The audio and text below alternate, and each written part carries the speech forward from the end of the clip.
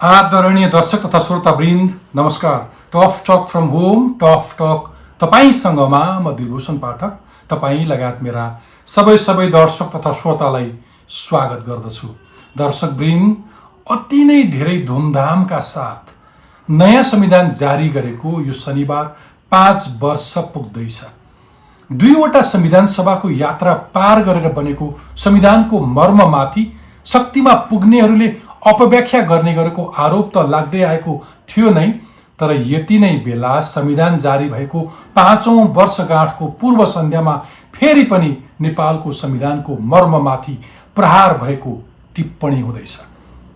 2072 सालको संविधान बनाउँदा निर्वाचनमा जनताबाट पराजितलाई शासन सत्ता चलाउने जिम्मेवारी दिने कि नदिने भन्ने निकै ठुलो रस्साकसी चलेको थियो।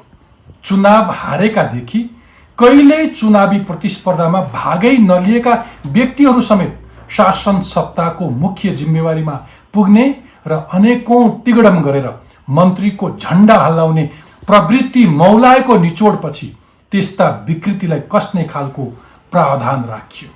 त्यस्तै मध्येको प्रावधान हो प्रतिनिधि सभामा चुनाव हारेकालाई मन्त्री नबनाउने। तर यति नै बेला सरकारले 2072 सालको चुनावबाट प्रतिनिधि सभामा हारेका नेकपाका उपाध्यक्ष वामदेव गौतमलाई राष्ट्रिय सभाको मनोनित सिटको जस्केलाबाट सांसद बनाई छिराउन खोजिएको छ। गौतम प्रकरण संविधानको मर्म विपरीत भइरहेको कार्यशैलीको एउटा पछिल्लो उदाहरण मात्र हो। अन्य यस्ता अनेकौं उदाहरण पनि छन्। संविधानले परिकल्पना गरेको 10 वर्षको समयावधि तोकिएको संवैधानिक आयोगहरूले 5 वर्षसम्म पूर्णता पाउन सकेका छैनन्।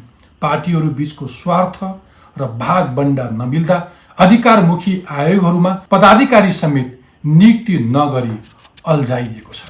केन्द्र र स्थानीय तहको बीचमा रहने प्रदेश सरकारको भूमिका अझै स्पष्ट भइसकेको छैन। कहिले केन्द्र त कहिले स्थानीय तहको अधिकार भन्दै प्रदेशहरूलाई पेन्डुलम बनाइएको छ। उता आफ्नै अधिकार क्षेत्रभित्रको नाम र राजधानी तोक्न नसकेर केही प्रदेशहरू अकर्मणीय स्थितिमा छन्। संविधान लेखन ताका मधेसी दलहरूले गरेको राज्य पुनर्संरचनादेखि नागरिकता लगायतका विषय सम्बोधन हुन सकेका छैनन्। बरु मधेस केन्द्रित दलहरूले त्यही विषयलाई सत्तामा पुग्ने भर्याङ बनाएका छन्। आज स्वयं यस नयाँ संविधानका लागि मरिमेट्नेहरू आफै संविधानमा छिद्र खोज्दैछन्। जनताको अधिकारका लागि ठूलो बलिदानी र सङ्घर्षबाट आएको भनिएको संविधानले के राम्रो गर्यो? संविधान जारी हुँदाको अपेक्षा र आकांक्षाहरू कति पूरा भए? हाम्रो संविधानको लोकतान्त्रिक फ्रेमवर्कभित्र हाम्रा शासक र पार्टीहरू कति चल्न सकेका छन्? यो संविधानले के सही दिशा पक्रेको छ? आज हामी खरो रूपमा यो संविधानमाथि हाम्रा कुन नेता, पार्टी र संस्थाले आघात पुर्याउने काम गरिरहेका छन्? कसले कसरी अपव्याख्या गरी आफ्नो पक्षमा यो संविधान प्रयोग गरे र वास्तवमै संविधानमाथि कोबाट खतरा छ?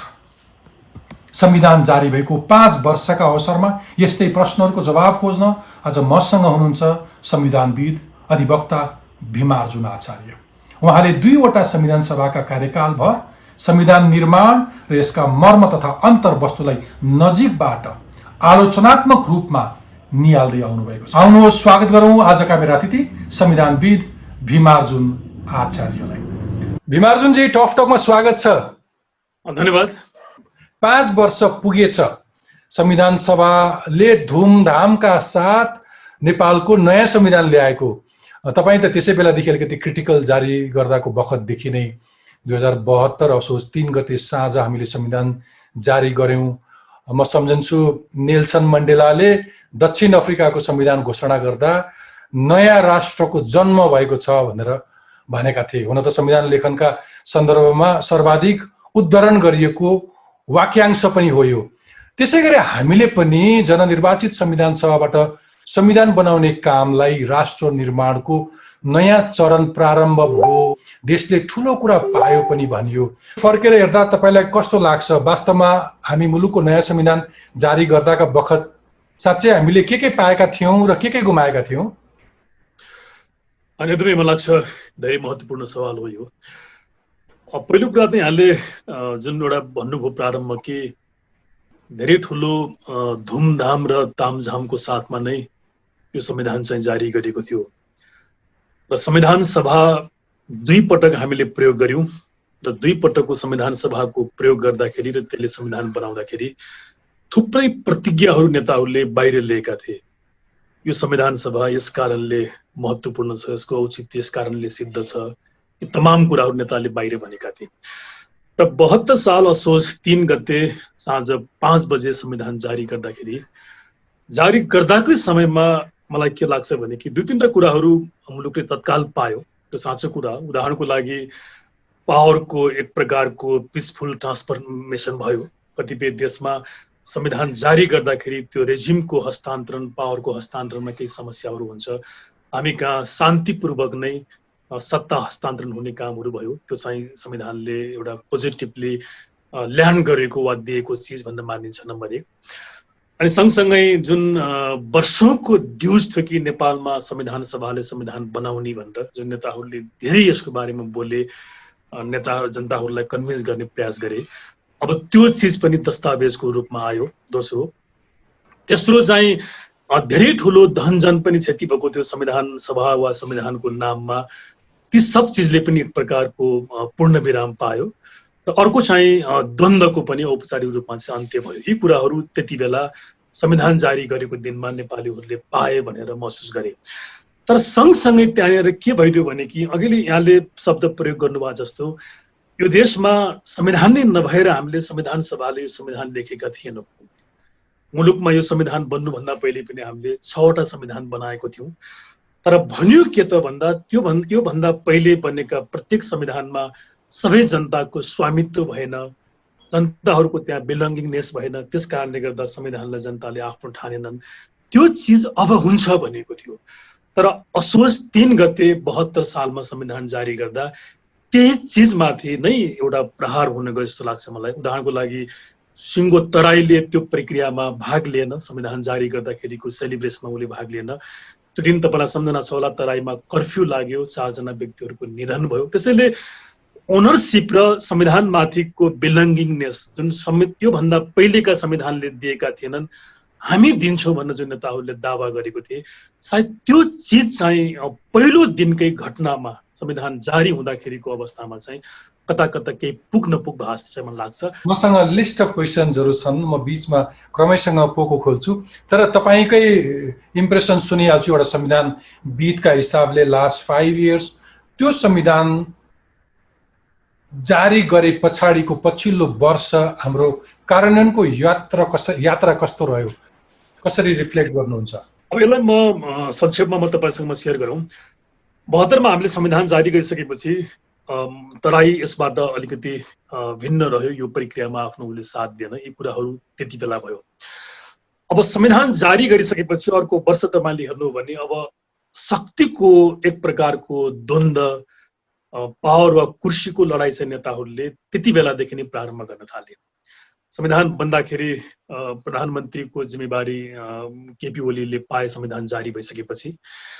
अनि तत्पश्चात नेपालमा नाकाबन्दी भयो, त्यसले एक प्रकारको हलचल ल्यायो र थुप्रै क्रिया प्रतिक्रियाहरू त्यसमा भए र ओलीलाई विस्थापित गरेर प्रचण्ड चाहिँ 73 सालमा यो संविधान बमोजिम हुने दोस्रो प्रधानमन्त्रीको हैसियतमा चाहिँ उनले आफ्नो जिम्मेवारी उनले लिए।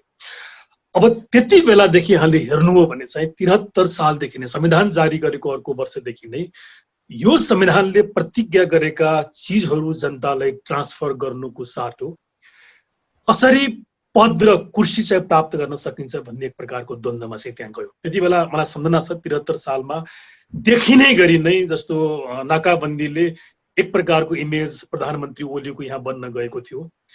अनि प्रचण्डले उनलाई विस्थापित गर्दाखेरि देखिने गरी नै नेपालको सम्बन्ध वा नेपालको अलिकति फेभर चाहिँ इन्डियातिर गयो।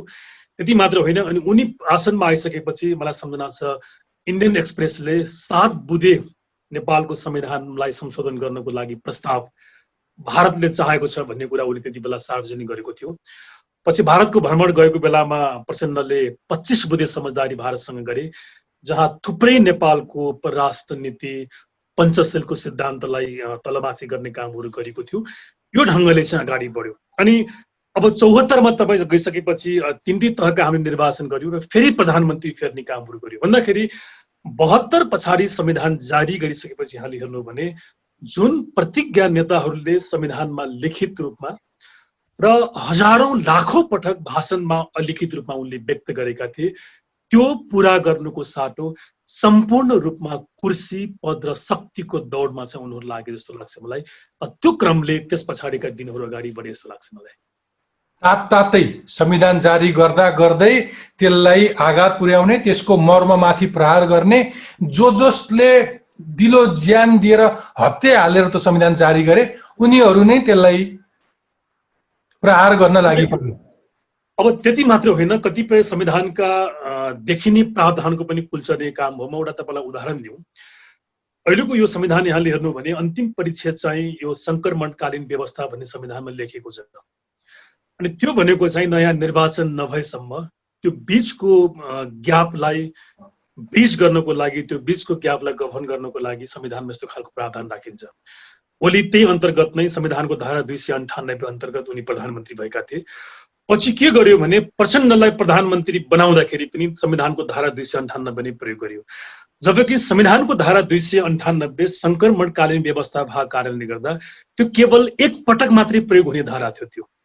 अनि तत्पश्चात तपाईँले संविधान बमोजिम निर्वाचन गर्नु पर्थ्यो र निर्वाचित व्यक्तिलाई वा निर्वाचित सत्तालाई शक्ति हस्तान्तरण गर्नु पर्थ्यो। त्यो हामीले गरेनौँ भन्दा देख्दाखेरि बसिनु। तर यी नेताहरूले यो 5 वर्षको अवधि यहाँले हेर्नु हो भने, म अरू वर्षको पनि कुरा गरौँला, प्रत्येक महिना, प्रत्येक वर्ष र प्रत्येक दिन संविधानका लेखिएका र संविधानका स्पिरिटका कुराहरूलाई उनीहरूले उल्लङ्घन गर्ने गरेका छन् र बाहिर तपाईँ हामीले जति लेखे बोले टिप्पणी गरे पनि त्यसलाई उनीहरूले सुन्नेको देखिँदैन। जस्तो म अरू थप उदाहरण दिउँ।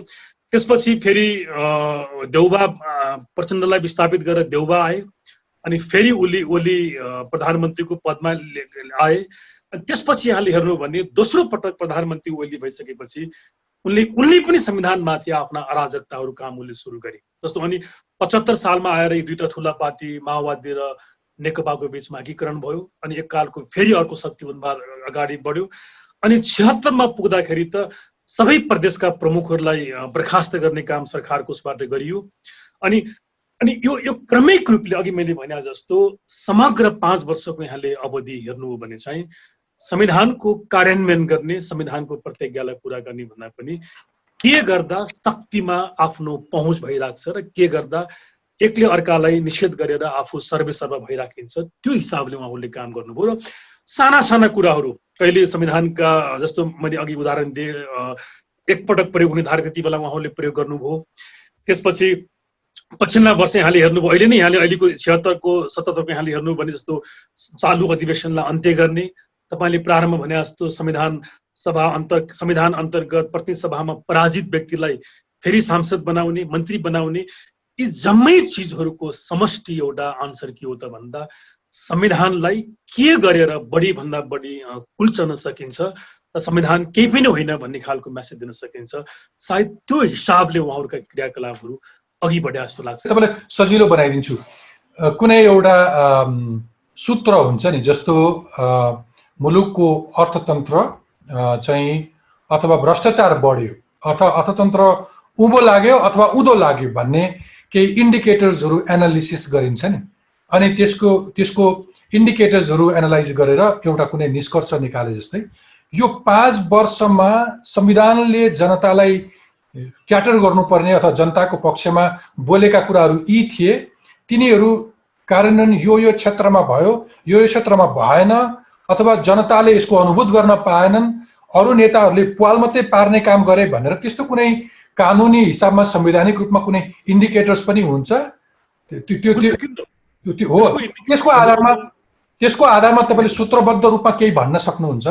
भन्न सकिन्छ। त्यसको इन्डिकेटर भनेको त संविधानका प्रावधानहरू, त्यसका अक्षरहरू, त्यसको भावनाहरू कुन हदसम्म कहाँ कसरी कार्यान्वयन गर्नुभयो भन्ने नै हो। मतलब कानुनी कुरा त फेरि अर्थ लगाइरहेछ नि त, होइन? त्यही संविधानलाई अर्थ लगाउनुहुन्छ। कतिपय कुरा यहाँले भन्नुभयो जस्तो अर्थ तर्क व्याख्यासँग पनि जोडेको होला, तर फेरि पनि कानुन र संविधान भनेको एक प्रकारको म्याथमेटिक्स नै हो। त्यो लजिक जुन हामी कानुन र संविधानमा प्रयोग गर्छौँ त्यो भनेको म्याथमेटिक्स नै हो। त्यसमा अरू कुरा, अरू फर्मुलाहरू लागू हुँदैन। अनि यसलाई क्याटेगोरिकली यहाँले राइटली भन्नुभयो, यसलाई इन्डिकेटरबाट देखाउन सकिन्छ। म एक तिनवटा इक्जाम्पल दिउँ। जस्तो यो 308 धाराको यो संविधान छ, अनि यो संविधानले 3 तहको सरकारको यसले परिकल्पना गर्यो संघीय संरचना अन्तर्गत, जसमा संघीय सरकार, जसलाई युनियन गभर्मेन्ट वा बोलीचालीको भाषामा केन्द्रीय सरकारको हामी नाम दिएको छौँ, प्रदेश सरकार अनि स्थानीय तहको सरकार। एउटा इन्डिकेटर हामी लियौँ। अब यो इन्डिकेटर वा यो मापदण्ड अन्तर्गत चाहिँ हामीले 74 सालमा 3 तहको निर्वाचन गर्यौँ। त्यो संविधानको यो प्रावधानको चाहिँ सफल कार्यान्वयन थियो, त्यसलाई म सम्मान गर्छु। कम्तीमा सजिलोसँग तपाईँले 3 तहको संविधान बमोजिम निर्वाचन गर्नुभयो, यो एक खालको प्रमिस चाहिँ तपाईँले पुरा गर्नुभयो, यो जायज कुरा हो। अब तर यो 3 तहको सरकार गठन गर्दाखेरि, यो 3 तहको संरचना संविधानमा उल्लेख गर्दाखेरि संविधानले लेखेको र भनेको कुरा के थियो त भन्दा, अब चाहिँ मुलुकको पावर वा सिंहदरबारमा रहेको पावर चाहिँ विकेन्द्रीकरण हुनेछ, शक्तिको हस्तान्तरण हुनेछ, शक्तिको डिभिजन हुनेछ भनेको थियो। तर यो 5 वर्षको अवधिमा यहाँले हेर्नु भने सिंहदरबारको भ्रष्टाचार चाहिँ गाउँ गाउँमा जाने कामहरू गरियो, सिंहदरबारको अनियमितता गाउँमा पुर्याउने कामहरू गरियो, तर तपाईले शक्तिको विकेन्द्रीकरण गर्ने, शक्तिको डिभिजन ठीक छ विमार्जनजी, बुझेँ। यति भनेपछि सम्भवतः मेरा दर्शकलाई अर्थ लगाउन गाह्रो भएन। अथवा यसलाई यसरी पनि भनौँ कि जस्तो आयोगहरू बनाउनु पर्ने थियो हामीले, हैन? आयोगहरू बनाउनु पर्ने थियो, अथवा तलका 3 तहका सरकारहरूलाई अधिकारहरू स्पष्ट व्याख्या गर्नुपर्ने थियो, कति उनीहरूसँग सम्बन्धित कति ऐन कानुनहरू बनाउनु पर्ने थियो, केही अधिकारहरू मौलिक अधिकारहरू थप ऐन कानुन बनाएर सुरक्षित गर्नुपर्ने कुराहरू थियो। यी सबै कुराहरूमा हामी चुकिरहेका छौँ, त्यसकारण ती आफै इन्डिकेटर्स हुन् भनेर भन्न खोज्दै हुनुहुन्छ, हैन? पक्का यहाँ एउटा होइन कि सयौं इन्डिकेटरले स्थापित गर्न सकिन्छ कि उहाँहरूले भनेको कुरा, संविधानमा लेखेको कुरा चाहिँ कार्यान्वयन गर्नुभएको छैन भनेर। हुन्छ विमार्जनजी, बडो मिठो तरिकाले बुझ्ने गरी व्याख्या गरिदिनु भयो। म चाहन्छु कि टफ टकमा कुनै पनि विषय मेरा दर्शक श्रोताले यसरी नै बुझुन्। संविधानको कुरा, कानुनको कुरा, त्यसै पनि कानुनको नौसिङ हुन्छ भनिन्छ, त्यसलाई बुझ्ने व्याख्या गर्ने सही मान्छे हुनुपर्छ। मैले त्यसो भए अब अघि यो कार्यक्रमको प्रारम्भमा एउटा जे भूमिका बानेको थिएँ, म त्यहीँ फर्किन चाहन्छु कि हामीले नयाँ संविधान जारी गर्दाखेरि कमसे कम निर्वाचनमा हारेकालाई चाहिँ मन्त्री नबनाउने भनियो। यो किन भनिएको थियो र अहिले किन फेरि निर्वाचन हारेकालाई मन्त्री बनाउन खोजिँदैछ?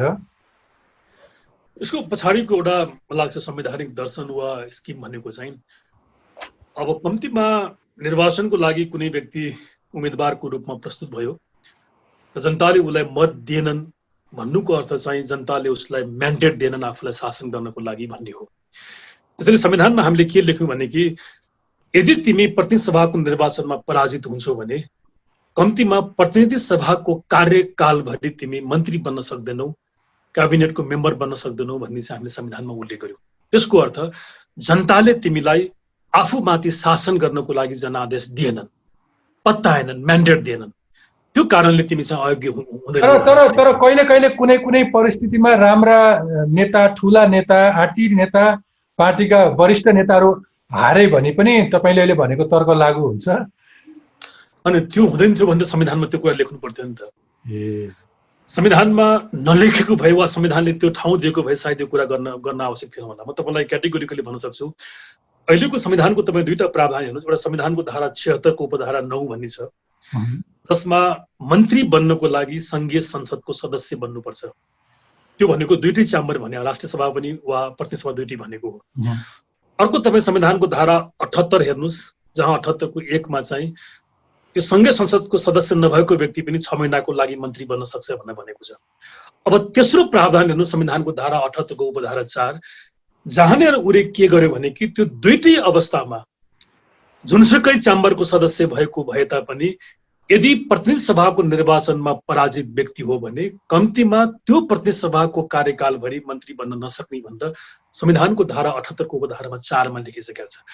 अब संविधानमा क्याटेगोरिकली यति स्पष्टसँग त्यो प्रावधान लेखिसकेपछि यहाँले सोध्नु भए जस्तो कुनै नेता भोलि मुलुकको लागि आवश्यकता पर्यो भने के गर्ने भन्ने त प्रश्नै भएन नि त। किनभने यो त लिखित संविधानको फिलोसफी कस्तो हुन्छ भने त्यसलाई एक्सप्रेस प्रोभिजनको रुल भनेर भन्छ। जहाँ चिजहरू प्रावधानहरू एक्सप्रेस गरिएको हुन्छ त्यसलाई सोही बमोजिम तपाईँले अवलम्बन गर्नुपर्ने हुन्छ। र हामीले कुनै त्यहाँ इफ्स वर्ड्सको केही प्रयोग नगरेर हामीले के भन्यौँ भने कि प्रतिनिधि सभामा पराजित व्यक्ति कम्तीमा त्यो प्रतिनिधि सभाको कार्यकालभरि मन्त्री बन्न पाउँदैन भन्दा अब कुन तर्कले, कुन कानुनले, कुन संविधानले हारेको व्यक्तिलाई तपाईँ मन्त्री बनाउन सक्नुहुन्छ त? यो अहिलेको गम्भीर प्रश्न चाहिँ यो हो। ओके, अब मलाई एउटा सोध्न मन लागेको कुरा आइहाल्यो। तपाईँले अघिदेखि यही कुरा जोड्दै हुनुहुन्छ र पटक पटक तपाईँले उठाउने गरेको प्रश्न के हो भने संवैधानिक संरचनाहरू भत्काउन अस्ति त्यो नयाँ संविधान बनाउन लागि पर्ने नेताहरू र दलहरू नै लागि परेका छन् भनेर भन्नुहुन्छ। यस्ता घटनाहरूले के देखाउँछन्? मलाई भन्न मिल्छ कि आजसम्म हामीले त्यत्रो मूल्य चुकाएर ल्याएको नेपालको संविधानलाई धोती लगाउन तम्सिनेहरू को हुन्? जो अनुहार हामीले देखिरहेका छन् यी वास्तविक अनुहार यिनै हुन्? यिनका पछि अरू को छन्? किटान गरेर भन्न मिल्छ? संविधानको धेरै महत्त्वपूर्ण स्टेक होल्डरको रूपमा हामी आम जनताहरू आउँछौँ, विवादी भएन। तर एउटा यसको महत्त्वपूर्ण पक्ष के हुन्छ त भन्दा कुनै पनि कानुन वा संविधान चाहिँ आफैमा स्वचालित हुँदैन। त्यो आफै अटोमेटिक वा सेल्फ रन गर्ने, सेल्फ गभर्न हुने भन्ने कुरा हुँदैन। संविधान र कानुनलाई सञ्चालन गर्नको लागि चाहिँ सञ्चालकहरू चाहिन्छ। त्यो भएर अहिलेको संविधानले सञ्चालकको पनि उसले किटानी व्यवस्था गर्यो। जस्तो राजनीतिक दलहरू, पोलिटिकल पार्टीहरू, पोलिटिक्सका एक्टरहरू चाहिँ यसका सञ्चालक हुन्, नम्बर 1। नम्बर 2, सरकार जसले कार्यपालिकाको अधिकार उसले प्रयोग गर्छ, सरकार यसको सञ्चालक हो। नम्बर 3, व्यवस्थापिका संसद यसको सञ्चालक हो। अनि सँगसँगै संविधानले अपोजिसनलाई पनि यो संविधानको एउटा महत्त्वपूर्ण एक्टको रूपमा मानेको छ। तपाईँले सोधेको प्रश्नमा म एकदम बिना कुनै रिजर्भेसन भन्न सक्छु, यी सबै पक्ष, सरकारमा बसेका यी प्रधानमन्त्रीदेखि मन्त्रीहरू अनि पोलिटिकल पार्टीका ती सबै महत्त्वपूर्ण एक्टरहरू, अपोजिसनको लिडरहरू र संविधानको शपथ खाएर संवैधानिक निकायमा बसेका यी सबै पदाधिकारीहरूले खुल्याम रूपमा एक पटक होइन हजारौं पटक संविधानको नाङ्गो रूपमा उनले उल्लङ्घन गरेको छन् र संविधानको प्रतिज्ञा र आफ्नो शपथमाथि चाहिँ उनले उल्लङ्घन गरेका छन्। होइन भने यो संविधान जारी गरेको 5 वर्षमा मुलुकको यो भयावह अवस्था चाहिँ आउनुपर्ने कारण थिएन। आज कोरोनाको कारणले गर्दा केही आर्थिक मन्दी हुनु त्यो जायज छ, केही समस्या आउनु जायज छ, तर त्यो मात्रै समस्या होइन। संविधान कार्यान्वयन नभएका कारणले गर्दाखेरि मैले भनेका यी पात्रहरूले, प्रधानमन्त्रीदेखि प्रतिपक्ष दलको नेता र संवैधानिक निकायका ती सबै पदाधिकारीले संविधान बमोजिम काम नगरेको र संविधानलाई उल्लङ्घन गरेको कारणले गर्दाखेरि आज मुलुकको यो भयावह अवस्था चाहिँ आएको। यसैले गर्दा संविधानकोलाई बिट्रे गर्ने, उल्लङ्घन गर्ने व्यक्तिहरू यिनै व्यक्तिहरू हुन्। ओके, अब यस्तो केसमा एउटा नागरिकको भूमिका के हुन्छ, अरू के हुन्छ, म पछि आउँछु। तर तपाईँले फेरि पनि केही प्रश्न थपिहाल्यो। ओके, तपाईँले अहिले लिएकाहरू मध्ये कुनै अवस्थामा राष्ट्रपतिबाट पनि भएको छ? डेफिनेटली मैले यसमा संवैधानिक निकाय मैले जुन भने यसमा राष्ट्रपति महत्त्वपूर्ण हुन्छ। मलाई अझ मसिनो ढङ्गले भन्नुहुन्छ भने त पछिल्लो समयमा त मुख्य रूपमा प्रधानमन्त्री, राष्ट्रपति र प्रतिपक्ष दलको नेताहरू नै हुन् संविधानलाई यो हदमा पुर्याउनु। ओके, सो व्यक्तिहरू पनि भए, पार्टीहरू पनि भयो, सरकारमा बस्नेहरू अनि राजनीतिक दलहरू पनि भए। मलाई अरू पनि भन्नुहोस्, अरू पार्टी जस्तै अरू कुन कुन संस्थाहरू, अख्तियार, लोकसेवा आयोग, न्यायालय पर्छ, अख्तियार पर्छ, लोकसेवा पर्छ।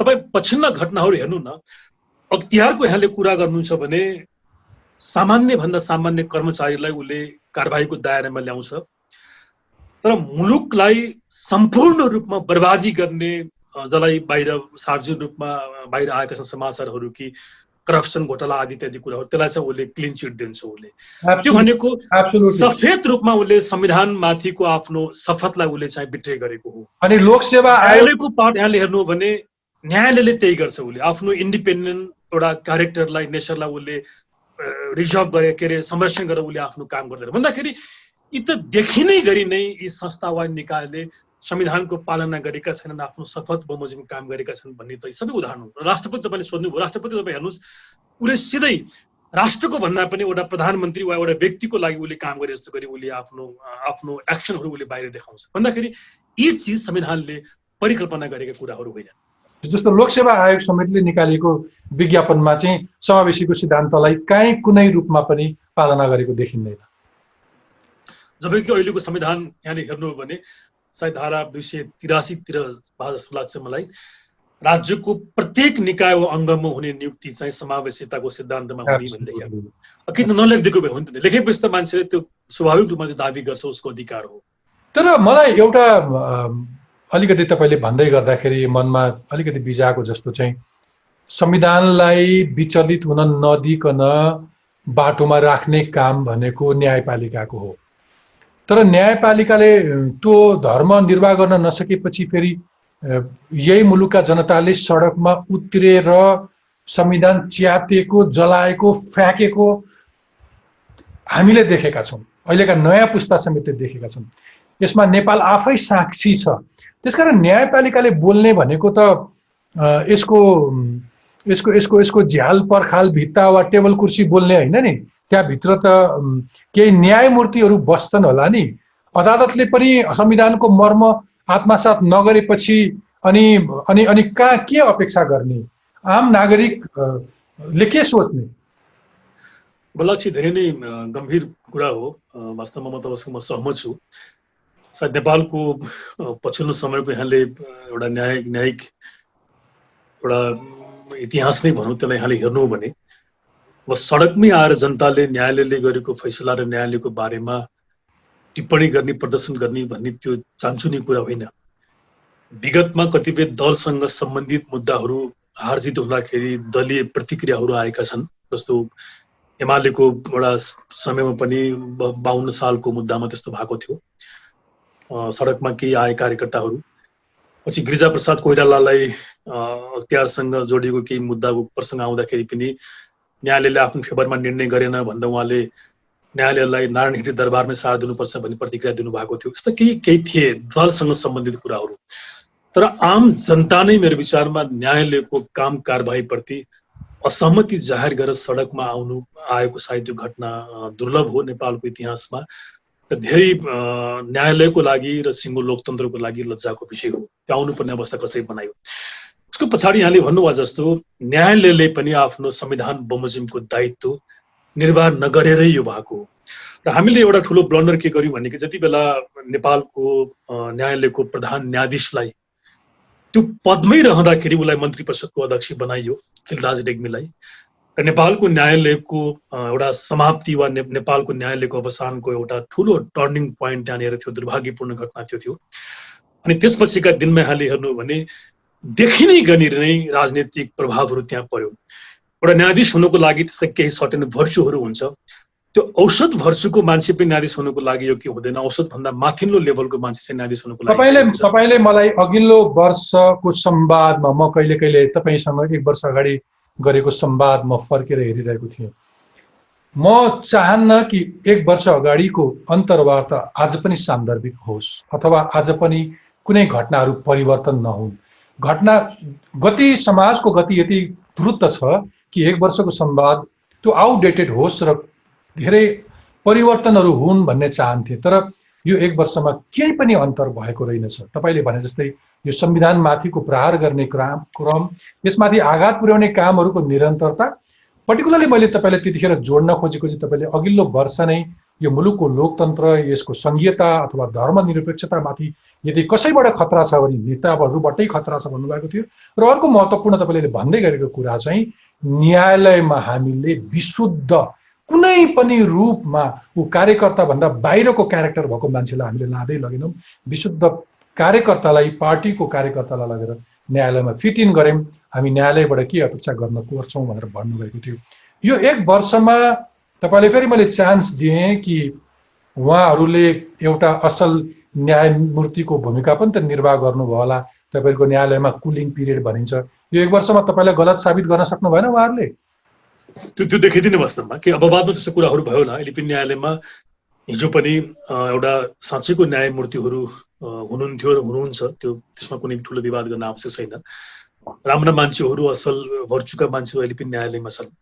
तर मूल प्रवृत्ति चाहिँ त्यस्तो देखिएन। किनभने अब मैले तपाईँसँग 1 वर्ष पहिले जुन खालको प्रतिक्रिया दिएको थिएँ, तर त्यो सडकमा जनता उत्रेको त त्यो वर्ष नभएर यो वर्ष हो। अब यो वर्ष सडकमै मान्छे आउनु पर्यो भने त, अनि मैले हिजो वा अघिल्लो वर्ष भनेको कुरामा मैले चाहिँ फेरि बोल्नु नपर्ने अवस्था सिर्जना भयो, राम्रो भयो भनेर भन्नको लागि त झन् ठाउँ भएन, किनभने झन् खराब हुँदै गयो भन्ने कुरा त जनताको प्रदर्शन, जनताको विरोधले पनि त्यो कुरा देखिन्छ। किनकि हेर्नु, एउटा कुरा के हुन्छ भन्दा लोकतन्त्रमा डेमोक्रेटिक इन्स्टिट्युसनको धेरै ठुलो महत्त्व हुन्छ। हामी कहाँदेखि के भइदियो भने कि यस्तो खालको निकायहरूमा नियुक्ति गर्दाखेरि त्यो विषयको लागि, त्यो विधाको लागि, त्यो संस्थाको लागि कुन व्यक्ति योग्य हो भन्नुभन्दा पनि अब कुन व्यक्ति आफ्नो हो, कुन व्यक्ति अयोग्य हो, त्यसलाई छानी छानी नियुक्ति गर्ने कामहरू हामीले गरेको छौँ। अर्को एउटा विडम्बना सुन्नु, यो देशमा जुनसुकै पदको लागि जुनसुकै व्यक्ति चाहिँ योग्य हुन्छ कि नेतासँग यदि नजिक छ भने, त्यस्तो त संसारमा कहीँ सम्भवै छैन नि त। भिमार्जनजी, म त आम सञ्चारको क्षेत्रमा काम गर्छु। धेरै दर्शक श्रोताहरूले हाम्रो कार्यक्रम हेरिरहनु भएको हुन्छ, अरू सन्देश के आइरहेको छ भन्ने समेत याद गरिरहनु भएको हुन्छ। त्यसमा पनि पर्टिकुलरली म पछिल्लो समय टकटक मार्फत केही व्यथिति विकृतिको कुरा गरे पनि आशा जगाउने कुरा गर्छु, सकारात्मकता खोजिरहेको हुन्छु। त्यसकारण म त त्यति धेरै निराशामा जान सक्दिनँ। यसको अर्थ तपाईँले मैले निराश भनिरहेको छैन, तपाईँ अलिकति खरो विश्लेषण गर्नुहुन्छ। मलाई एउटा कुरा भनिदिनुहोस् कि अरू प्रश्नमा जानुभन्दा अगाडि बिचमै केही अलिकति पोजिटिभ केही कुरा खोजिहाल्छु कि तपाईँले यो मुलुकको संविधानलाई प्रहार गर्न संवैधानिक अङ्गहरू, राष्ट्रपतिदेखि लिएर प्रधानमन्त्रीदेखि लिएर यो सरकारमा बस्ने सम्पूर्ण मान्छेहरूदेखि लिएर सम्पूर्ण शब्द होइन अथवा महत्त्वपूर्ण ओदामा बस्ने जिम्मेवार मान्छेदेखि लिएर प्रतिपक्ष, अदालत सबै भन्दै गर्दाखेरि, न्यायालय समेतलाई भनिसकेपछि मलाई सोध्न मन लागेको, यसले निरन्तरता यसरी नै पाइरहन्छ अथवा यसलाई नियन्त्रण गर्ने, यसलाई प्रश्न उठाउने कसले, कसरी, अथवा यसलाई रोक्ने कसरी, संविधानलाई बचाउने कसरी, कि संविधानलाई बचाउनु पर्दैन? उपचार के त? हेर्नु न, यो अब यो खराब प्रवृत्तिको के निरन्तरता भइरहेको छ भन्ने जुन एउटा प्रश्न यहाँले गर्नुभयो नि, यसको त म एउटा तपाईँलाई दृष्टान्त दिउँ। तपाईँ र मैले आज जुन यो सो आज हामी गरिराखेको छौँ, यो गर्नुभन्दा केही घन्टा केही दिन पहिले मात्रै पराजित मान्छेलाई चाहिँ राष्ट्रिय सभामा चाहिँ मनोनयन गरिएको छ। त्यो पनि त्यो विशेषज्ञको लागि छुट्टाइएको त्यो ठाउँ हो, त्यो जहाँ 3 जना व्यक्ति राष्ट्रिय सभामा जुन मनोनयन गरिन्छ र सरकारको सिफारिसमा राष्ट्रपतिले मनोनयन गर्छ, त्यो 3टा व्यक्ति वा त्यो 3टा सदस्य भनेको समाजको प्रतिष्ठित, विषयगत रूपमा विज्ञ, राष्ट्रिय सभाको लागि एउटा अभिभावकको भूमिका निर्वाह गर्न सक्ने त्यस्तो व्यक्तिलाई नियुक्ति गर्ने, मनोनयन गर्ने भन्ने चाहिँ त्यो संविधानको प्रावधान हो। अब मलाई भनिदिनुहोस्, तपाईँ र मैले कुरा गर्दा गर्दै, यो इन्टरभ्यू, यो रेकर्ड गर्दा गर्दै भएको पछिल्लो ताजा यहाँले घटनाहरू हेर्नु हो भने नाङ्गो रूपमा संविधानलाई च्यात्ने, उल्लङ्घन गर्ने काम चाहिँ उहाँले गरिराख्नु भएको छ। अब मैले यस्तो बोल्दा, तपाईँले यस्तो प्रश्नहरू गर्दा कतिपय यो राज्यको लुटमा रमाउने व्यक्तिहरू, मजमस्ती गर्ने व्यक्तिहरूले चाहिँ हाम्रो यो अभिव्यक्तिलाई उनीहरूले निराशा, परिवर्तनको विरोधी आदि इत्यादिको संज्ञा दिन्छन्। तर उनीहरूले के बुझ्न आवश्यक छ भने, म तपाईँलाई मेरो इक्जाम्पल दिउँ, यी नेताहरूले भन्दा त मैले प्रत्येक दिन यो संविधानको डिफेन्ड गर्नुपर्छ मेरो ड्युटीको रूपमा। अदालतमा हामी बहस गर्छौँ र हरेक दिन अदालतमा हामी संविधानको हामीले डिफेन्ड गर्छौँ। अदालतमा बहस गर्दा यो संविधानमा यो गल्ती थियो हामी भन्दैनौँ, यो संविधान ठिक छ, यो प्रावधानले यो कुरा खोजेको हामी डिफेन्ड गर्छौँ। कहिलेकाहीँ हामी विश्वविद्यालयमा पढाउन जान्छौँ, त्यहाँ पनि हामीले संविधानलाई डिफेन्ड गर्छौँ। कहिलेकाहीँ सभा सेमिनारमा हामी बोल्छौँ, त्यहाँ पनि हामी संविधानलाई डिफेन्ड गर्छौँ। अनि हरेक दिन हरेक पल यो संविधानको डिफेन्ड चाहिँ हामीले गरिदिनु पर्ने, तर यिनीहरूले प्रत्येक दिन प्रत्येक पल संविधानको उल्लङ्घन गर्दै जानुपर्ने, अनि तपाईँ हामीले भन्ने कुरालाई उनीहरूले करेक्सन गर्नु नपर्ने। यसो होइन भिमार्जनजी, त्यो म अक्सर कति कुराहरूमा चाहिँ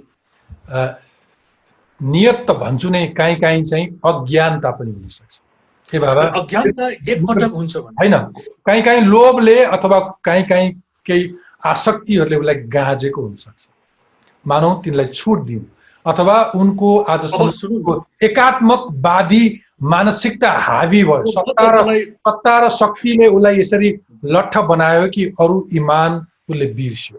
उसले तपाईँलाई एउटा प्रति प्रश्न यसमा गर्न चाहन्छु, यो जनताको लागि सायद मेरो विचारमा उपयोगी होला। हो, म मैले अघि पनि भनिहालेँ, म त पटक पटक संविधान हेरफेर वा परिवर्तनको पक्षपाती मान्छे नै होइन। किनकि मैले पढेको संविधानमा एउटा संविधान जारी भइसकेपछि, लेखिसकेपछि त्यो लामो समयसम्म त्यसले काम गर्नुपर्छ भन्ने मत राख्ने मान्छे हो। त्यो अभ्यासले, रिसर्चले प्रमाणित कुरा छ। दुनियाँमा सबभन्दा लामो समयसम्म काम गरेको संविधान जस्तो अमेरिकन संविधानलाई मानिन्छ। 230 एसियामा बढी भइसक्यो। हो, एसियामा जापानको संविधानलाई अमेरिकन कन्स्टिट्युसन लागू गर्दाखेरि सबै स्टेटहरूले त्यसलाई ओन गरेकै थिएन। जम्मा 9 वटा स्टेटले मात्रै त्यसलाई कार्यान्वयनमा लगेको थियो आउट अफ 39। अनि एसियामा सबभन्दा लामो समयसम्म एउटै संविधानले काम गरेको जापान हो। ती तपाईँ दृष्टान्त हेर्नु भने एउटा संविधानले जुन देशमा लामो समयसम्म काम गरेको छ त्यो देशमा स्थायित्व छ, पोलिटिकल स्टेबिलिटी छ, समृद्धि छ, आदि इत्यादि छ, जनताको ह्याप्पिनेस छ। जहाँ पटक पटक संविधान हेरफेर गरियो, जस्तो तपाईँको डोमिनिकन रिपब्लिक भन्ने रहेछ जहाँ धेरै पटक संविधान चेन्ज गरेको छ, बोलिभिया, भेनेजुएला, यो टाइपका कन्ट्रीहरू, त्यहाँ राम्रो देखिँदैन पोलिटिकल स्टेबिलिटी, समृद्धि। त्यसले गर्दा म चाहिँ एउटा संविधानले लामो समयसम्म काम गर्नुपर्छ भन्ने व्यक्ति भएको कारणले गर्दा यो संविधानको विदाई गर्ने कुरा त मैले कहिले परिकल्पनै गर्दैन। यहाँले सोध्नु भएको जस्तो मेरो क्वेशन मैले बुझेँ, तपाईँले सोध्नु भएको जस्तो केही आशा जगाउँ भन्दाखेरि पनि संविधान जारी भएको 5 वर्षमा, संविधान जारी भएको पहिलो वर्षमा तपाईँले सोध्नु भएको प्रश्न, त्यति बेलाको परिवेश र आजमा कुनै एउटा फरक छ भनेर मलाई भनिदिनुहोस् न। एउटा म यो नेताहरूलाई, नेपालका नेताहरू, नेपालको प्रधानमन्त्री, नेपालको अहिलेको राष्ट्रपति, प्रतिपक्ष दलको नेता र उनका कार्यकर्तालाई मेरो सार्वजनिक मेरो चुनौती के छ भने तपाईँले संविधान जारी गरेको वर्ष र आज 5 वर्षमा कुन चीज भिन्न गरिदिनु भयो? सुशासनको दृष्टिकोणले, संविधान कार्यान्वयनको दृष्टिकोणले, व्यक्तिको नियुक्तिको दृष्टिकोणले, संवैधानिक निकायहरूलाई दुरुस्त बनाउने हिसाबले, पारदर्शिताको हिसाबले, न्यायालयलाई स्वतन्त्र बनाउने हिसाबले कुनै एउटा चिज मैले गत साल भन्दा आज फरक गरे भनेर मलाई भनिदिनुहोस्। अनि उहाँहरूले केही पनि गर्नु नपर्ने, अब जबरजस्ती बनावटी रूपमा तपाईँले यो राम्रो गर्नुभयो भनेर के भनौँ त ल भन्नुहोस् न। त्यसैले यसको अर्थ निराशा भन्ने होइन, यो क्रिटिकल मत हो। क्रिटिकल ओपिनियन र निराशा भनेको फरक कुरा हो। निराशा भए त यो मत पनि दिइन्थेन होला, उदासीन भएर इन्डिफरेन्ट भएर बसिन्थ्यो होला। हामी गरेको छैनौँ। म चाहिँ युजली कहिले कहिले यस्तो कतिपय कार्यक्रमबाट अथवा मिडियाको एउटा अर्को हाम्रो ब्याक अफ द माइन्ड के हुन्छ भने यसले एक्सनमा पनि केही कन्ट्रिब्युट गरोस्, केही इम्प्याक्ट पारोस्। यो छलफल र संवादले ती सरकारवाला मान्छेहरूलाई मैले संविधानलाई आघात पुर्याउने काम गरिरहेको छु, संविधान मरमाथि पार पारिरहेको छु भन्ने एउटा कुनै एउटा एक्सनमा त्यसले कन्ट्रिब्युट गरोस्। तर फेरि त्यसले निरन्तरता पायो भने एउटा आम सिटिजनको अथवा नागरिक समाजको भूमिका के हुन्छ? तपाईँले अघि भने जस्तै संवैधानिक निकायहरू समेतले आँखा चिम्लेको अथवा यसमा संलग्न भएको देखिसकेपछि अरू सोसाइटीका कसको के रोल हुन्छ? केही त होला, आफ्नो संविधान त बचाउनु पर्ने होला। पक्का हुन्छ। यहाँले भन्नुभएको कुरा एकदमै त्यो गम्भीर कुरा, म तपाईँसँग सहमत छु। तपाईँ हामीले लेखेपछि, बोलेपछि, समाजले प्रतिक्रिया दिइसकेपछि त्यसको असर हुनुपर्छ भन्नेको म सहमत छु। त्यो केही पनि नभएको भन्ने त होइन नि त, केही त भयो नि। भएरै अहिले पनि संविधान आजको दिनसम्म पनि जीवित छ, राज्यका निकायहरू जीवित छ। जस्तो अस्ति मात्रै यहाँले हेर्नु भने एकजना व्यक्तिलाई राष्ट्रिय सभाको पदावधि सकिसकेपछि पनि फेरि त्यही कार्यकालमा नियुक्ति गर्न थालिएको थियो। तपाईँ हामीले बोल्यो, लेख्यो, त्यो कामहरू गरेन भन्दा हामीले बोलेका आवाजहरूले, जनताको प्रतिक्रियाले असाध्यै इम्प्याक्ट पारेको छ। नपारेको केही पनि होइन, शून्य हो भन्ने कुरा होइन। नागरिक समाजले वा व्यक्तिले त प्रत्येक पटक अझै पनि योभन्दा बढी प्रश्नहरू गर्नु पर्यो आफ्नो सरकारलाई, आफ्नो राज्यका निकायहरू, राज्य सञ्चालकहरूलाई चाहिँ प्रश्नहरू गर्नु पर्यो। प्रश्न गर्ने कामहरू छोड्नु भएन, नम्बर 1। अब नम्बर 2 तर फेरि पनि के छ भने कि नागरिकसँग र तपाईँ हामीसँग राज्यको वैधानिक अख्तियारी चाहिँ हुँदैन, अथोरिटी हुँदैन।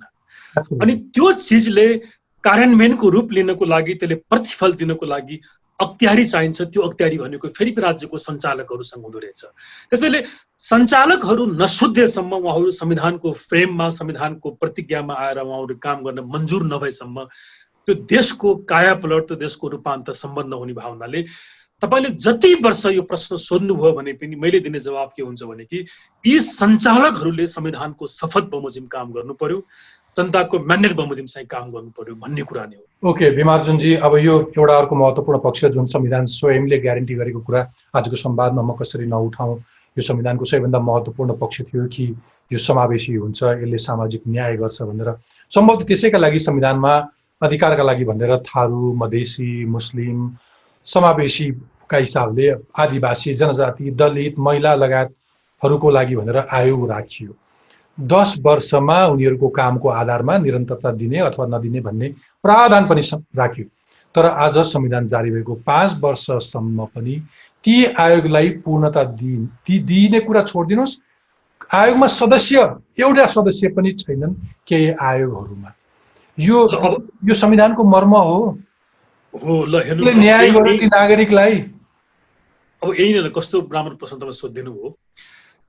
13वटा आयोग मध्ये 7वटा आयोग चाहिँ एक खालको राइट बेस कमिसन छन्, राइट बेस आयोग छन्। त्यहाँनिर अधिकारका लागि वा समुदायको त्यो ग्रीभान्सलाई सम्बोधन गर्ने उद्देश्यले हामीले चाहिँ आयोग बनायौँ। तपाईँले कस्तो राम्रो प्रश्न गर्नुभयो। अनि हामीले संविधानमा के भन्यो भने कि यी आयोगले गरेको कामको हामीले प्रत्येक 10 वर्षमा हामीले समीक्षा गर्नेछौँ भनेर भन्यो। यसको पछाडिको कारण के होला त भन्दा यो आयोग गठन भइसकेपछि यसले काम गर्नेछ अनि आफ्नो समुदायको त्यति बेला उत्थान हुनेछ अनि सायद 10 वर्षको अवधिमा रिभ्यू गर्दाखेरि त्यो उत्थानको एउटा लेभल पुगिसकेपछि यो आयोगहरू आवश्यकता पनि नपर्न सक्छन् सायद भन्ने यस्तै केही अभिप्रायले हामी राख्यौँ हुन्न। अनि त्यति महत्त्वपूर्ण प्रावधान संविधानमा उल्लेख गरिसकेपछि 10 वर्षमा यसको अब रिभ्यू गर्नुपर्नेछ अनि 5 वर्ष बितिसक्दासम्म त्यो आयोगलाई पूर्णता पनि दिनुहुन्न भने अब मैले केही ठाउँ छ उहाँहरूले राम्रो गर्नु भएको छ, संविधान बमोजिम हिँड्नु भएको छ भन्न सक्ने। फेरि मेरो प्रश्न के हो भने नि 10 वर्ष हिंसा भयो, नेकपा माओवादीले जनयुद्ध आयोजना गर्यो, यी सबै नेताहरू तिनको मतबाट विजयी भएर आएको। हामीले सधैँभरि सीमान्तकृत, सधैँभरि विभेद गरेको भनेर भनिएका वर्गहरू थारू, मधेसी, मुस्लिम, आदिवासी, जनजाति, दलित, महिला भनेपछि त संविधानको सबभन्दा सबल र सबभन्दा आकर्षक पक्ष भनेकै ती बहिष्कृत, ती सीमान्तकृत नागरिकहरूलाई न्याय गर्नका लागि भनिएको थियो। संविधान सभाको त्यतिखेरको संयोजन हेर्नु हो भने त्यही मुद्दाहरू थियो भनेपछि त मूलभूत मर्ममाथि नि प्रहार गरिरहेका छौँ नि हामीले। यो आखिर यसमा किन उहाँहरूलाई कसले रोकेको छ यति गर्नलाई? मतदाता हो नि, मुलुकको मुटु हो नि, देशको मुटु हो नि। त्यो त सबभन्दा महत्त्वपूर्ण प्रश्न नै त्यही हो। मैले यहाँले सोध्नु भएको पहिलो प्रारम्भको प्रश्न मैले के भनेको थिएँ भने कि नेपालमा संविधान नभएर यो संविधान हामीले बनाएका होइन। तर यहाँले ठिक भन्नुभयो, विगतको संविधान जुन ढङ्गले बनाइयो त्यो संविधानले सीमान्तकृत वर्ग वा समुदायको इच्छा आकांक्षाहरूलाई प्रतिबिम्बित गर्न सकेन। त्यो संविधान निर्माणमा चाहिँ ती सबै वर्ग समुदायका मान्छेको सहभागिता भएन भनेर नै हामीले यो प्रक्रिया वा यो विधिलाई हामीले मान्यता दियौँ, यसको औचित्य चाहिँ हामीले सिद्ध गर्यौँ। तर आज भएन भन्नुको पछाडिको अब कारण के हो भने कि नेताहरूमा यो जुन चिज भनिएको थियो त्यो उहाँहरूले इमानदारिताले भन्नुभएको रहेनछ भन्ने कुरा चाहिँ आज प्रमाणित हुन्छ। आज उहाँहरूले दलितको नाममा जुन राजनीति गर्नुभयो, जनजातिको नाममा जुन राजनीति गर्नुभयो, 20,000 मानिसलाई जुन मार्ने काम गरियो, द्वन्द्वबाट जुन अरबौंको यहाँ धनजनको क्षति गरियो, त्यो सब चिज फगत नक्कली थियो, कसैको उसकाटमा गरिएको थियो। उहाँहरूले आफ्नो इमानमा, आफ्नो गट्समा यो काम गर्नु भएको थिएन भन्न सक्नुहुन्छ। आज निष्कर्ष निस्किन्छ।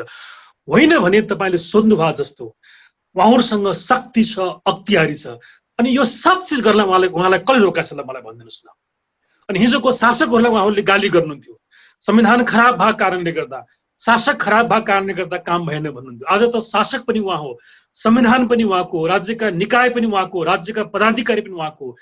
यी सबै चिज त्यो भएर अझ सत्तारूढ दलको यहाँले हेर्नु हो भने यो 7वटै प्रदेशमा लगभग उहाँहरूको आफ्नो एक खालको मत छ पोलिटिकल हिसाबले हेर्यो भने पनि। अनि जम्मै चिज उहाँ अनुरूपको भएर पनि उहाँहरूले काम किन गर्नु भएन, दलितको पक्षमा काम किन गर्नु भएन? यसको पछाडिको एउटै जवाफ म तपाईँलाई के दिन सक्छु भने उहाँहरूमा 100% बेमानी थियो, उहाँहरू बेमान हुनुहुन्थ्यो। त्यस कारणले गर्दाखेरि यो काम उहाँहरूले इमानको साथ गर्न सक्नु भएको छैन भन्ने चाहिँ निष्कर्ष निस्किन्छ। ओके, अर्को प्रश्न, अर्को यति नै महत्त्वपूर्ण पक्ष थियो कि केन्द्रलाई परम्परागत शक्ति अभ्यासको थलोको रूपमा लियो शासन शैलीदेखि लिएर त्यो शासन शैलीमा रमाउने नेता नेतृत्वमा पनि एक किसिमको एकात्मक मानसिकता भयो भनेर हामीले त्यसलाई तोड्यौं।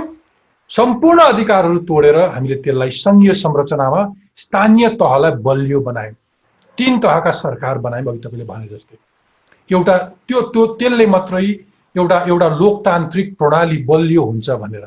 तर आज हेर्दाखेरि त्यो 3 तहका सरकारहरूको कार्यशैली चाहिँ कस्तो देख्नुहुन्छ, कसरी हेर्नुहुन्छ निमार्जुङजी तपाईँ? नै त्यो तह नै छैन भन्दा पनि हुन्छ व्यवहारमा। जस्तो तपाईलाई म एउटा एक्जाम्पल, अलि कठोर हुनुभयो कि तपाईँ? तह त होला, यही महामारीमा पनि स्थानीय तह कुनै न कुनै रूपमा देखियो। जनताको आवाज बोल्ने कुरामा संघले हेरेन भनेर प्रदेश बोल्यो। समन्वय छैन भने होला, उपस्थिति त छ होला। म उदाहरण दिन्छु। कानुन, संविधानमा, किताबमा, अक्षरमा चाहिँ तह छ, तर यहाँले भन्नुभयो जस्तो त्यो संघीय संरचनाको उद्देश्य, त्यसको एउटा स्किम त त्यसरी बनाइएको थिएन नि त। जस्तो म तपाईँलाई एक्जाम्पल दिउँ, आज पनि जिल्लामा जुन सिडिओ हुन्छ, जुन जिल्ला प्रशासनको काम गर्ने, त्यो तपाईँको संघीय सरकारको मातहतमा नै हुन्छ। त्यो आज पनि राज्यका जति पनि जिल्ला स्थित महत्त्वपूर्ण कार्यालयहरू छन्, मालपोत लगायत आदि इत्यादि, ती सबै तपाईँको संघीय सरकार अन्तर्गत नै छन्। भन्दाखेरि हिजोको एकात्मक राज्य संरचनामा जुन ढङ्ग, जुन परिपाटी, जुन पद्धतिले तपाईँले काम गर्नुभएको थियो, लगभग 79% पनि आज त्यही काम गरिरहेको छ। स्थानीय निकाय हिजो पनि थियो भने नयाँ संविधानको कार्यान्वयन गर्ने भनेको त मूलतः संहिताको कार्यान्वयन पनि गर्ने हो नि त, होइन? भनेपछि हामी संहिताको कार्यान्वयनमा पनि त्यसरी शून्य अवस्थामा छौँ भन्दै हुनुहुन्छ तपाईँ? किन छैन त? म के फरक के छ ल, मलाई भन्दैन। केही पनि छैन भने फरक के मात्रै छ भने कि प्रदेशको संरचना दिएर आज महिनामा प्रत्येक दिन राज्यले, यो गरिब देशले अरबौं रुपियाँ उहाँहरूको कार्यकर्ताको पालन पोषणलाई खर्च गर्नुपर्ने भएको छ। आज सांसदहरू 800-900 को हाराहारीमा तपाईँ राख्नु भएको छ, उनलाई तलब सुविधा खुवाउनु पर्ने भयो। मन्त्रीको संख्याहरू बढाउनु भयो, त्यो तलब खुवाउनु पर्ने भयो। भन्दाखेरि अरू हिसाबले हिजो एकात्मक हुनु र आज संघात्मक हुनुमा त्यो गुणको हिसाबले, सर्भिस डेलिभरीको हिसाबले, पावरको हस्तान्तरको हिसाबले कुनै पनि फरक छैन। फरक मात्रै होइन, म दिलबहादुरजी म तपाईँलाई एउटा इक्जाम्पल दिन चाहन्छु। 55 सालमा हामीले एउटा स्थानीय स्वायत्त शासन ऐन भन्ने बनायौँ, 56 सालबाट लागू गर्यौँ। त्यो ऐनले दिए जतिको स्वायत्त अधिकार पनि अहिलेको संविधान र अहिलेको कानुनले चाहिँ स्थानीय निकायले दिएको छैन। तपाईँ हेर्नु न, प्रदेशको मन्त्री, प्रदेशको सांसदको त कुनै पनि भूमिका छैन अहिलेको नेपालमा चाहिँ। उहाँहरूले गर्ने सबै काम कि तल स्थानले गर्छ कि माथिले गर्छ। अनि माथि केन्द्रको बिना आदेश, बिना निर्देशन, बिना सल्लाह र सहमति कुनै पनि निर्णय गर्न सक्ने हैसियत र अधिकार चाहिँ उसले आज प्राप्त गरेको छैन। ओके, अब यो किन भयो भने यो त स्वाभाविक त त्यो भएर मैले सुरुको दिनदेखि भनेको यो मुलुकमा संघात्मक यिनीहरूले गरी खानको लागि भनेको होइनन्, आफ्नो कार्यकर्तालाई जागिर दिनको लागि उनले भनेको हुन्। यो व्यवस्था नेपालको लागि फिट हुँदैन, काम गर्दैन, मैले सुरु दिनदेखि भनेको थिएँ। अब कार्यक्रमको अन्त्यमा हामी बिट मार्नुपर्छ र मैले तपाईँलाई भने कि यो व्यतिथिहरू जतिसुकै यसलाई पोस्टमार्टम गरेर छलफल गरे पनि फेरि पनि यसलाई कुनै निष्कर्ष अलिकति सकारात्मकतातिर लानुपर्छ। संविधान त मेरो हो, त्यसको मर्म अनुसार मैले चल्नुपर्छ, त्यसलाई मैले त्यति नै धेरै इमान्दारिताका साथ सम्मान गर्न सक्नुपर्छ, त्यसलाई व्यवहारमा आत्मसात गर्नु सक्नुपर्छ। अघि हामीले उठाउँदै गरेको प्रश्नमा फेरि म दोहोऱ्याएँ कि यो व्यतिथि अथवा सत्तामा, शक्तिमा पुग्नेहरूले स्वाभाविक रूपमा एउटा उपयोगको नीति अपनाउँछन् होला र कुन छिद्राबाट पस्ने, कुनबाट निस्किने भनेर राम्रो मेसो पाएका खेलाडीहरूले नै त्यसरी खेल्ने हो। तपाईँ त कानुनको विद्यार्थी, तपाईँलाई मैले यो कुरा भन्नै परेन। प्रतिपक्षीले चाह्यो भने, एउटा गतिलो प्रतिपक्षी भयो, एउटा क्रिएटिभ प्रतिपक्षी छ भने चाहिँ उसले चाहिँ संविधानलाई बचाउन सक्छ, होइन? संविधानको अक्षरशः पालना गराउनको लागि सरकारलाई दबाब दिइरहन सक्छ नि, होइन? यहाँले भन्नुभयो जस्तो कानुन वा संविधानमा डेफिनेटली केही छिद्रहरू हुन सक्छन्। त्यो छिद्रको फाइदा लिएर त्यसमा खेल्ने भन्ने कुरा नै बेमानी भयो।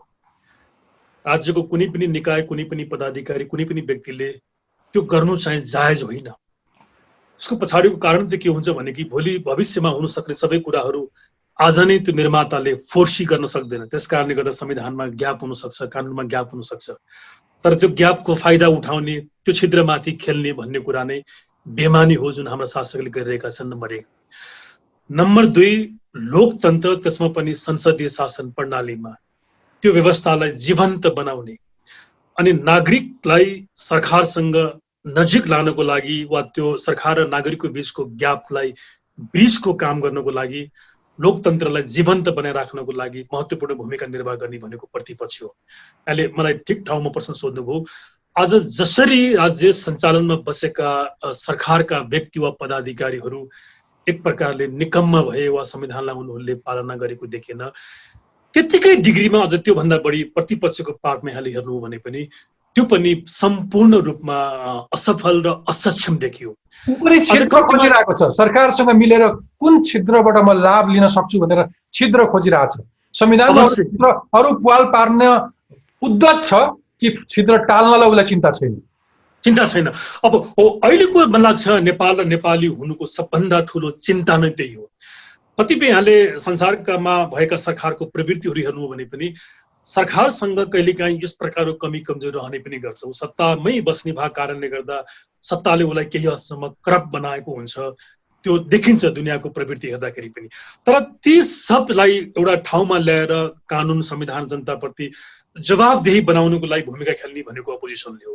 तर अपोजिसनले त यहाँले भन्नुभयो जस्तो त्यो जवाबदेही बनाउने होइन कि कसरी बढीभन्दा बढी सरकारका व्यक्ति पदाधिकारीसँग साँठगाँठ गरेर चोचो मोचो मिलाएर फाइदा लिन सकिन्छ। एब्सोल्युटली। यसमा अर्को एउटा कुरा थपौँ कि मेरा दर्शक श्रोतालाई थाहा होस् कि सरकारमा बस्नेहरू त गर्छन्, स्वाभाविक हो, उसलाई सत्ता शक्ति त्यति धेरै प्रिय लाग्छ। तर स्वयं विपक्षी अथवा प्रतिपक्षी यसरी बिक्नु चाहिँ समाजका लागि अत्यन्तै डरलाग्दो प्रवृत्ति हो। 100% ठिक भन्नुभयो। यो अर्को चिन्ता हो, ठुलो चिन्ता। त्यसैले मलाई लाग्छ अब करेक्सनको अब एउटै यसमा कुनै लामो केही सूत्र, कुनै अनुसन्धान केही आवश्यकता हुँदैन। जो संस्था, जो व्यक्ति, जो पदाधिकारी एउटा जुन जिम्मेवारीमा बस्छ उसले 100% त्यो जिम्मेवारी उसले इमान्दारीपूर्वक उसले पुरा गरिदिनु पर्यो। सरकारले संविधानको पालना गर्नु पर्यो, अक्षरशः पालना गर्नु पर्यो। प्रतिपक्ष जस्तो हुनु पर्यो, न्यायालय जस्तो हुनु पर्यो, संवैधानिक निकाय जस्तो हुनु पर्यो। त्यो चिज भयो भने त भोलि नै तपाईँले परिवर्तन महसुस गर्न सक्नुहुन्छ। अनि यो भयो भन्नको लागि हामीले अर्को फेरि संविधान दिवस पर्खिनु पर्दैन भने त्यो आजै गर्न सकिन्छ, भोलि गर्न सकिन्छ। ओके, अब अर्को कुरा, अब यसलाई बिट मारौँ। संसदभित्र बाहिर सबैतिरबाट संविधानमाथि प्रहार हुने क्रम रोकिएको छैन। त्यसमाथि फेरि संविधानमाथि नै पनि केही असन्तुष्ट पक्षहरूले आफ्ना केही मागहरू उस बेला संविधान लेखनको प्रक्रिया सुरु हुँदादेखि आज कार्यान्वयन गरेको 5 वर्ष पुग्दासम्म पनि उनले आफ्ना केही विषय मुद्दाहरू समेटेन भनेर गुनासो गरि पनि रहेको छ। बेला बेलामा कुनै राजनीतिक चलखेल गर्नलाई अथवा कुनै स्वार्थका लागि नेतृत्वमा पुगेका मान्छेहरूले होइन यसलाई संशोधन गर्न सकिन्छ भनेर अलिकति उद्धार भई टोपल्छन् पनि। तपाईका नजरमा तत्काल संविधानमा संशोधन गर्नुपर्ने केही पक्षहरू अथवा संविधान कार्यान्वयनका लागि हामीले विपक्षीको कुरा गरिहाल्यौँ, त्यसको त्यो एउटा डरलाग्दो प्रवृत्तिका बारेमा। तर फेरि यो समाजमा ठुलो नागरिक तबका छ, बौद्धिक जमात छन्, नागरिक समाज छ, अथवा हरेक नागरिकले पनि आफ्नो संविधानको बचावट त गर्न सक्छ। तपाईले जाँदा मैले बिट बार्नलाई आग्रह गरेँ कहाँ कहाँ कस्तो खालको संशोधन आवश्यक देखिन्छ र यसलाई बचाउनका लागि आम नागरिकको तहबाट कस्तो भूमिका? मेरो विचारमा अहिले चाहिँ संविधान संशोधन भन्दा पनि यद्यपि त्यसमा केही कुराहरू मिलाउनु पर्ने आवश्यकता छ। यहाँले भने जस्तो समाजको विभिन्न कोडबाट त्यो कुराहरू पनि आएको छ। तर म यसलाई प्राथमिकतामा राख्न चाहन्छु। पहिलो प्राथमिकता भनेको त अहिले संविधानमा भएका कुरालाई नै कार्यान्वयन गर्ने हो। कम्तीमा 31वटा मौलिक अधिकार छन्, त्यसले गर्दा पहिलो त कार्यान्वयन गर्नु पर्यो, नम्बर 1। नम्बर 2, कार्यान्वयन गर्दाखेरि कुनै कमी कमजोरी भयो, संविधानमा ग्याप भयो भने तपाईँले भन्नुभएको छ संशोधन पनि गर्नु पर्ला, 2। अब नम्बर 3 अघि भने जस्तो जसले जे गर्नुपर्ने हो त्यो चिज चाहिँ आउनु पर्यो। र अहिले त के देखियो भने कि यो संविधानलाई डिफेन्ड गर्ने पोलिटिकल फोर्स को हो, यसको ओनरसिप कसले लिइरहेछ भन्ने नै प्रश्नहरू उब्जिन थाले कि यो अवस्था चाहिँ सरकारमा बसेका व्यक्तिहरूले, अपोजिसनले चाहिँ त्यो मौका चाहिँ अरू विरोधीहरूलाई, अरू बैरीहरूलाई उहाँहरूले छोडिदिनु भएन। मलाई लाग्छ अहिले चाहिँ भेरी वेल सेड। र त्यसको लागि त्यो अक्षरशः पालन गराउन नागरिकको तहबाट सचेत रूपमा उसले प्रश्न उठाइरहनु पर्यो। त्यही भन्दै हुनुहुन्छ तपाईँ एउटा संविधानविद भएका हिसाबले तपाईले संविधानको अक्षरशः पालनाका लागि जति धेरै आवाज उठाइरहनु भएको छ, जति धेरै प्रश्न गरिरहनु भएको छ, जति धेरै पहरेदारीको प्रयत्न गरिरहनु भएको छ, हरेक तबकामा हरेक क्षेत्रमा बस्ने मानिसहरूले आफूसँग सम्बन्धित अथवा आफ्नो वरपरका कानुन ऐन संविधानलाई सबैलाई अक्षरशः पालन गर्न दबाब मात्रै दिनुभयो भने पनि समाजको सम्पूर्ण व्यथिति नभनौँ, समाजको धेरै जसो व्यथितिहरू आफै ठेगान लाग्छन्, होइन? म सहमत छु। आफै सुशासन बढ्छ, आफै भ्रष्टाचार कम हुन्छ, आफै तपाईँ हाम्रा अधिकारहरू सुरक्षित हुन्छन्। फरक के मात्रै गर्नु भएन कि हामी अन्धभक्त भएर जोसुकैको जस्तोसुकै गलत कामका लागि पनि समर्थन गरेर बस्नु भएन। नागरिक हुनु पर्यो, पहिले नागरिक हुनु पर्यो, नागरिकको कर्तव्य निर्वाह गर्नु पर्यो। अब पार्टीका कार्यकर्ता धेरै पछि कुरा हो, किन ऊ नागरिक भएर मात्रै हुने हो। अब नागरिक दायित्व र नागरिक कर्तव्य हामीले पुरा गर्यौँ भने पनि त्यहाँ देखेका समस्याहरूलाई हल गर्नको लागि मलाई लाग्छ त्यसले मद्दत गर्छ। अब त्यही नै हो, यो देश हो, चलायमान छ, संविधान पनि चलायमान छ। आशा गरौँ राम्रो हुनेछ एक दिन। तपाईको खबरदारी जारी रहोस्। अर्को वर्ष यसरी नै समीक्षा गरौँला। आजको तपाईको महत्त्वपूर्ण समय र विचारका लागि भिमार्जुनजी तपाईलाई म धेरै धेरै धन्यवाद दिन चाहन्छु। हवस्, धन्यवाद। नमस्ते, थ्याङ्क यू भेरी मच। आदरणीय दर्शक तथा श्रोतावृन्द, कार्यक्रमको अन्त्यमा तपाईको प्रश्न। नमस्ते, मेरो नाम शिवानी राणा, बागमती प्रदेश नम्बर 3 बाट। र मेरो प्रश्न रहेको छ मुख्यमन्त्रीज्यूलाई। अहिलेको यस्तो महामारीको बेला हामी जनताले पाउनुपर्ने सेवा र सहयोग बाहेक भ्रष्टाचार नै भ्रष्टाचारको कुरा सुन्नु परिरहेको छ। हामी जनतालाई विश्वास दिलाउनको लागि के त्यो खर्च नै खर्चको हिसाब वेब पेजमा सार्वजनिक गर्न मिल्छ होला? नमस्कार, म विवेक शिवाकोटी, सैलुङ दोलखा, बागमती प्रदेशबाट। र मेरो प्रश्न रहेको छ शिक्षा मन्त्रीज्यूलाई। करिब 35,000 विद्यार्थी अध्ययनरत पोखरा विश्वविद्यालय चाहिँ लामो समयदेखि भिसी रजिस्ट्रार र रेक्टार विहीन हुँदाखेरि चाहिँ विश्वविद्यालयले धेरै महत्त्वपूर्ण निर्णयहरू लिन सकेको छैन, जसले गर्दा हामी जस्तो विद्यार्थीहरूको भविष्य चाहिँ अन्यलमा परेको छ। शिक्षा जस्तो संवेदनशील क्षेत्रमा चाहिँ यस्तो गैर जिम्मेदार बन्न मिल्छ भन्ने चाहिँ मेरो प्रश्न हो। नमस्कार, म सलिना रैला, कीर्तिपुर, काठमाडौँबाट। मेरो प्रश्न यहाँहरू सामु के छ भन्दा कोरोनाले शैक्षिक क्षेत्रलाई पारेको नकारात्मक असरबाट देशलाई निकाली देशलाई विकासको बाटोतर्फ लैजानको लागि यहाँहरूले के कस्ता रणनीति अपनाउनु भएको छ? नमस्कार, म आशिष घिमिरे, नयाँ महाराष्ट्रदेखि बोल्दैछु। आजको मेरो प्रश्न श्रम तथा रोजगार मन्त्रीजीलाई छ। कोभिड-19ले गर्दा लाखौं नेपालीहरू विदेशमा रोजगारविहीन भएको र नेपाल फर्केको कुरा सबैलाई सर्वविदितै छ। उनीहरूले आर्जन गरेको सिपको यो देशमा उचित प्रयोग भए देशमा पक्कै पनि उद्योग धन्दाहरू फस्टाउने नै थिए।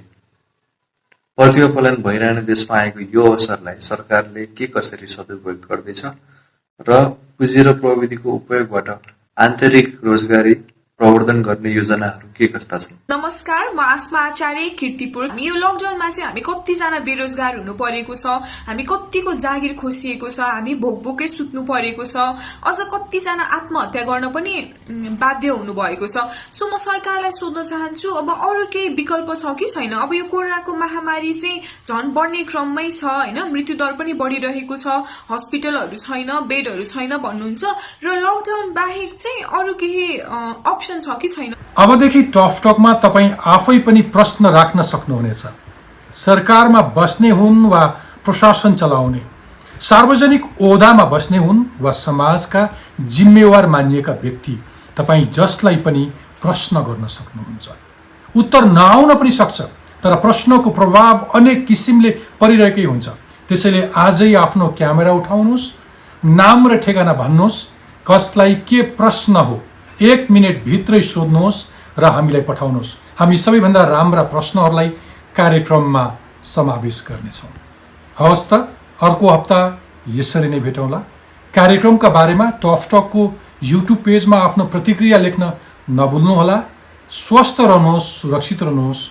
आजलाई बिदा दिनुहोस्। नमस्ते, शुभरात्रि।